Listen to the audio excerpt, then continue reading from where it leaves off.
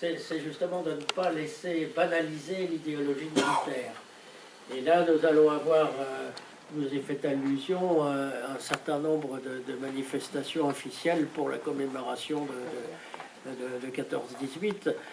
C'est assez scandaleux, en fait, que ce soit des militaires et des gouvernements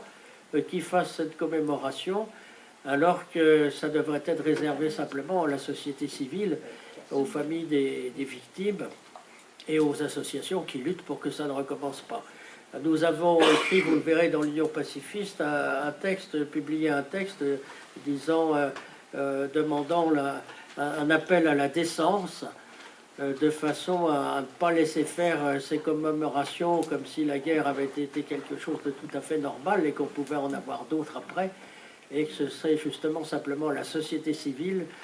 de se prononcer sur ce centenaire. Nous pouvons d'ailleurs, il y a des choses qui vont se faire qui seront intéressantes, hein, comme la mairie de Paris qui propose une exposition sur les fusillés pour l'exemple, ça c'est effectivement intéressant, mais il y aura beaucoup de commémorations officielles que nous pourrions même, comme certains le proposent, de pourrir, d'intervenir dans ces commémorations pour dire que nous ne sommes pas du tout d'accord. Et là, je vous invite à participer à ce qui sera fait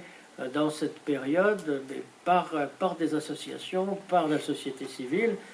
Nous avons un groupe de l'Union pacifiste à Limoges qui va faire une journée qui sera une parodie en fait de procès de ces généraux. Il y a plusieurs groupes, vous avez les résistances qui s'affichent à Lyon pour un projet. Vous avez Saint-Amand-Montrond qui va faire aussi un colloque dans ce sens-là, mais qui sera uniquement vraiment la parole aux civils, à la société civile, pour ne pas banaliser la guerre et pour essayer de faire une prévention de cette mentalité tout à fait ignoble, qui est celle de la guerre inéluctable.